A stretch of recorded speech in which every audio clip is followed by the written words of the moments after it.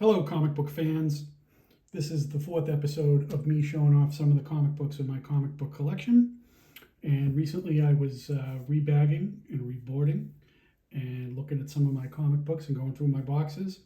And I figured I would pull some comic books out and make a video. So I hope you like what I got today. And let's get into this. Let's see some comics. All right, what is this? This is Uncanny X-Men 145. This is just a classic cover. Dr. Doom laying waste to the X-Men, and he's raising a drink to himself and having a good time, and he's got his foot on Colossus's back and an unconscious Storm in his other hand, so looks like he's having a nice time for himself. So yeah, I always like this cover. This is a really cool comic book, just an iconic cover. I really, really love this one. So that's the first one. Okay, moving on. Next one. You guys have probably all seen this one. This is Amazing Spider-Man number 700. This is the death of Peter Parker, and we all knew he was coming back. And then this, at the end of this, it sort of leads into the whole Superior Spider-Man series where Doc Ock takes over Peter Parker's body and his life and everything else, and we see how that goes. So when this came out, this was a comic book that got me back into collecting after many years of being very dormant, not really buying comics, just some here and there sporadically. But this got me into this because I read in the newspaper, it was either the New York Daily News or the New York Post, saying that Spider-Man was going to die, and number 700 was coming out. It was supposed to be a big deal. So it's not often that you see comic book news in the regular news. So I read that in the newspaper, and it got me back into it. So when this book came out on day one, I went and got it. I went heavy on this book. I got a lot of copies of this. This book has a ton of variant covers. I got a bunch of those. And this is what got me back into collecting comic books after not being in it for many years. And I got some of the variants, and I've been with comic books ever since. So another variant for this one, also Amazing Spider-Man number 700, is this one. This one's been homaged to death. Carnage, Spawn, and I think there's a Venom, and a whole bunch of other, homages to this, because on this one you can see right along here anybody who ever had something to do with this comic book is mentioned. Some of the heavy hitters like Steve Ditko and John Romita, of course Stan Lee, and I'm sure Jack Kirby's on here somewhere. Yeah, I'm sure he is. I can't see him at the moment, but he's in there, I'm sure. But anyhow, this got homaged and quite a bit, and it's probably the most famous one, I would say, but one of the ones that they did for this I really, really liked, and you don't see it very often, and it's this one, Amazing Spider-Man 700 also, and it says, like down here, Happy New Year's, and over here it's got the 50th anniversary of Spider-Man, number 700 variant. They're at a diner getting ready to celebrate New Year's Eve, it looks like, and it's snowing out. I always like covers where there's weather happening, particularly snow and rain. Especially snow. So yeah, I really like this one. You don't see it very often. I don't think it's incredibly rare or anything, but it's a nice one to have. Really like it. I went heavy on these. I have quite a few copies of all of these, plus a ton of other ones. I didn't pull them all out. I just brought these ones out because I like them a lot. Okay, moving on. Okay, I got 2 copies of Civil War 2, number 4. This is first full appearance of Immortal She-Hulk. And I like this one because it's got like it says direct from ringside, round 4, and it makes it look like it's a boxing poster from like the old days. So I like stuff like that. Pretty creative. I liked it, and I got all these variants. I didn't really go, really with the regular basic A covers. I like these ones instead. I got a couple of copies of this one, and it turns out that Immortal She-Hulk is in this one. So, or her first complete full appearance. So that's pretty cool. All right, let me just take these down, move on to the next one. All right. Oh, this next one. Now, here's a book I almost never see. This is Thor God of Thunder. It's issue 19, but they were doing some kind of gimmick where they were calling it issue 19 point now. So tell me that's not annoying. But anyway, so I refer to it as number 19 because that's what it really is. Like for a month or so, they went through this whole thing where it was like this point now, Marvel now, rebranding, bunch of BS. But anyway, getting back to this. This is like an animal variant. It's a ratio of some sort. I think maybe 1 to 25, maybe 1 to 50. I'm not sure. You very, very seldom see this. And it's the first appearance or cameo of Dario Agar. I'm not sure if I'm saying that right. Dario. So yeah, so this is a variant that you very, very rarely see. I was looking on eBay and there's a couple on there right now and they're pretty expensive. The one of them is slabbed, I think, and it's a few $100s. It seems a little pricey to me, but anyway, I never see this one, and seems pretty silly. But I guess they were doing some kind of animal month or something. So Thor got the cat, so he looks like Morris the cat from the old cat food commercials. So all right, okay. Next one I got, which is pretty cool. This is a Peach Momoko, Sabrina, Something Wicked, #1. This is Peach Momoko, and it's an homage to the old Bewitched TV show. So I like it. There's a lot of like cool details and stuff. Really nice. I bought this online. I believe there's only 300 of these ever made. Also something that's a little bit rare.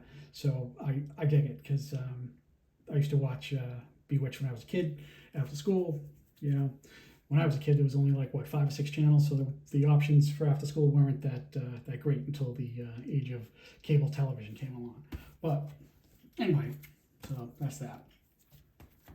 Okay, next one is Spider-Gwen #2, Midtown Comics edition. I got this at Midtown Comics because I live in New York, and this is something I got when it first came out. Now there's 2 versions of this, I believe. There's this one, and there's also like more of like a, I don't know, like black and white or sketch one.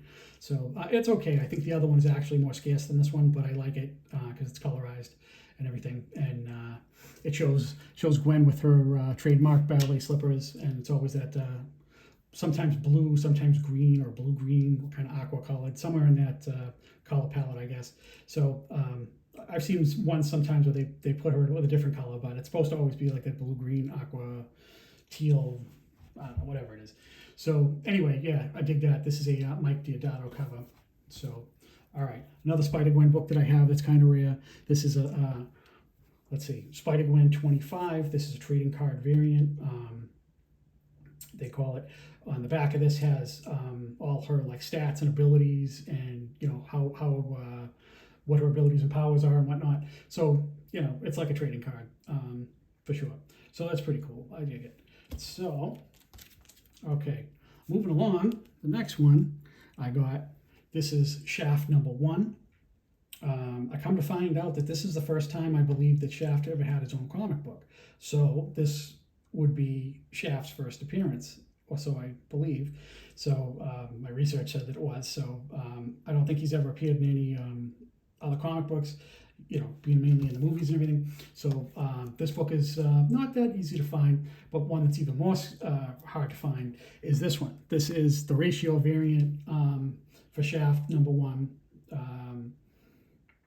Pretty neat, pretty cool. They got like boxes down here, and they got, look, the whole scene going on. I dig it. Nice. So I don't know. There's a color one and the black and white one. I don't know. Depends on which one you like, but this is the ratio cover, and it's a little more scarce and hard to come by. Okay, moving on to the next one is Wonder Woman 700. Now, recently Wonder Woman had her 80th anniversary, and about a year ago, maybe a year and change, she had her 750th issue. So this is Wonder Woman 34, but it's legacy numbering number 700. You can see a giant 700 behind her. You'll notice that the likeness of Wonder Woman looks a lot like Gal Gadot. So there's nothing wrong with that. So I like that. Real nice. Good stuff. Okay. Any comic books, Wonder Woman when she looks like Gal Gadot is a win for me.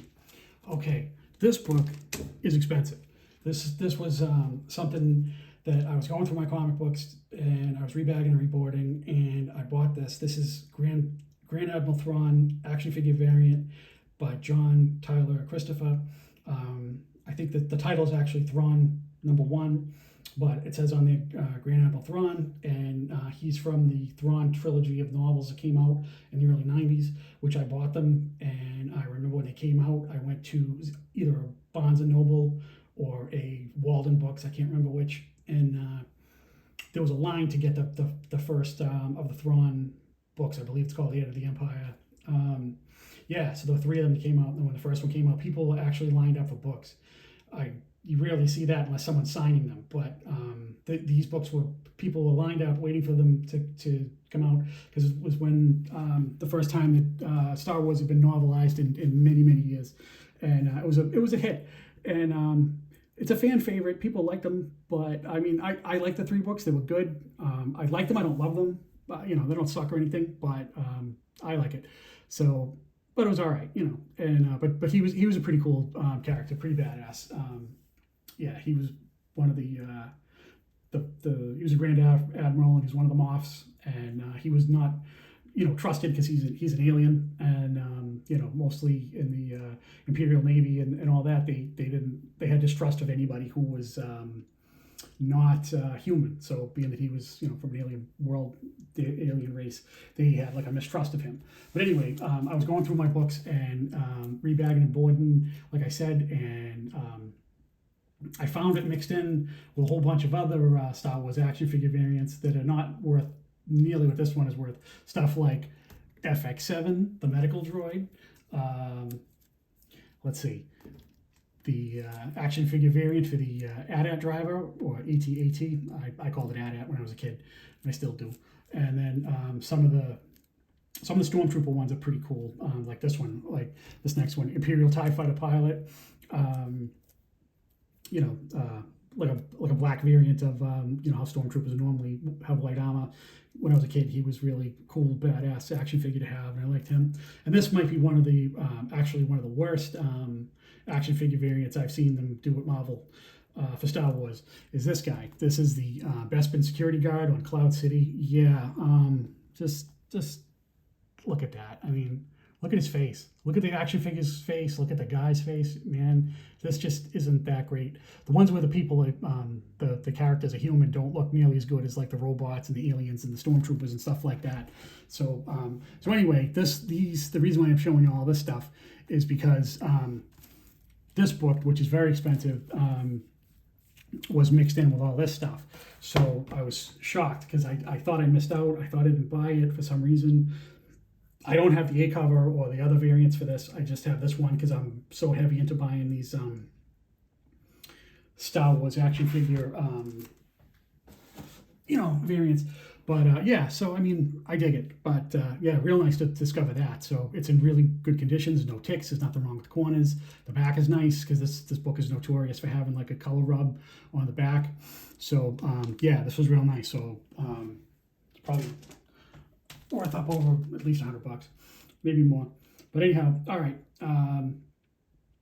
Let's see here. So, okay, next one I got was the all-new Ghost Rider with, what's his name, Robbie Rodriguez, I believe. So, yeah, so pretty cool. At first, I was a little skeptical of this comic book when it first came out. Because Ghost Rider, I liked... Johnny Blaze and Danny Ketch, and they always rode around on motorcycles and everything. And this guy rides around a car, so a little different. At first, I was like, what are you doing? I didn't like it. I was just like, I don't know. I was skeptical. But as I kept on reading it, it hooked me and drew me in. So hopefully they'll do something more with that. So then I got another variant for that. I thought this was a Scotty Young, but it's done by a different artist. It's not Scotty Young. I thought it was, because it looks a little cartoonish. But this one is the Scotty Young. Scotty Young variant for Ghost Rider, all new, Robbie Rodriguez. Or Reyes, I'm not sure. I forget. So don't blast me in the comments, please. But yeah, all right. So more Scotty Young goodness is this is Darth Vader #1, and it shows you when Darth Vader gets his armor because he's off that gurney thing, and the Emperor's trying to tell him that red is his color. So there's the Emperor and there's Darth Vader. So kind of silly. I like it. I dig it. Nice, good stuff. Yeah. So Scotty Young variants are shooting up a lot these days, I think. And another Scotty Young variant that I have is this is America #1. That's America Chavez. Pretty cool. When this first came out, I got a whole bunch of them. I went pretty heavy on that. Because it was first appearance and everything, and I didn't realize it would take off the way it has. But yeah, some spec I've been sitting on for a few years. So also a variant for the same book. This is a hip hop variant. Also America Chavez, and that is a Hamilton poster homage. So the Hamilton show on Broadway.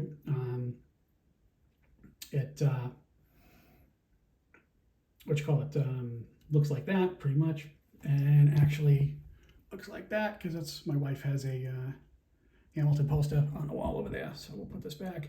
So you gotta show you that. So yeah, this is like a little Broadway room in here.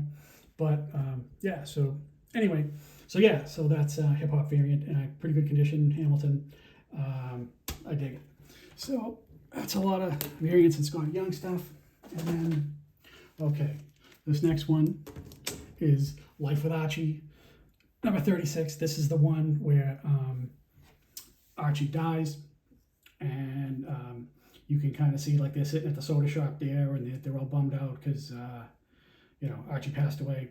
Now, if you look at this cover real closely, and you look here, you see Betty. She's like really like distraught, and she's not doing too good. And then over here you have Veronica. So they're thinking about how things are going and everything, and Archie's passed away. So yeah. But as you look at Veronica, though, you can tell that she probably has like some other people lined up to start dating. I think she's going to get over this pretty quickly. That's how I think about Veronica. So yeah, Team Veronica all the way. So yeah, I don't think she's going to stay bummed out and worried about Archie for too long. But that's that. So oh, incidentally, this is an Adam Hughes cover. That's why I have this one. So yeah, pretty cool. Okay, moving along, we got some shiny foil Punisher goodness here. This is the Punisher number 75. This is from the mid-90s, I think like 1993, I want to say. Something like that. So yeah, so pretty cool. This book is hard to come by because it's got the black border to it. It gets dinged up. So it's very rare to come across one that's in nice condition, quite like this one. So yeah, all right, I dig this one. Another one I got. This is Star Wars #1. This is when Marvel got the license back from Dark Horse when Disney bought Star Wars and Lucasfilm. And I believe in early 2015 was when Dark Horse's license ran out. And this is, I guess, volume 2 that Marvel did in 2015. So this is a Luke Skywalker film photo variant. So I'm a sucker for any comic books that have actual photographs of people in them, from the movies, especially Star Wars. Love that. So yeah. So all right. So if you got Luke Skywalker, you got to have his sister, Princess Leia. This is Princess Leia number 3. This is a 1:25 ratio variant. Yeah. So this is a Francavilla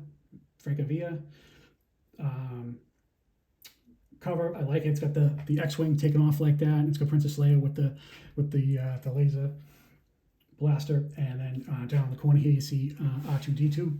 Pretty cool. So yeah, so I dig that. All right, so winding down here, and then okay. Also, okay, next book up is Dr. Aphra #1, volume 2.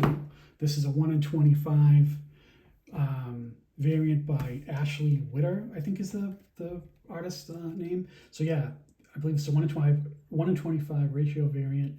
I went kind of heavy on this one. I pre-ordered quite a bit of them, and it's gotten a little pricey now. So I got this one, and this one, and this one, and this one, and that one. So I think that's like 6, I think. I didn't count them. But yeah, so I dig that because it was when they relaunched Dr. Aphra.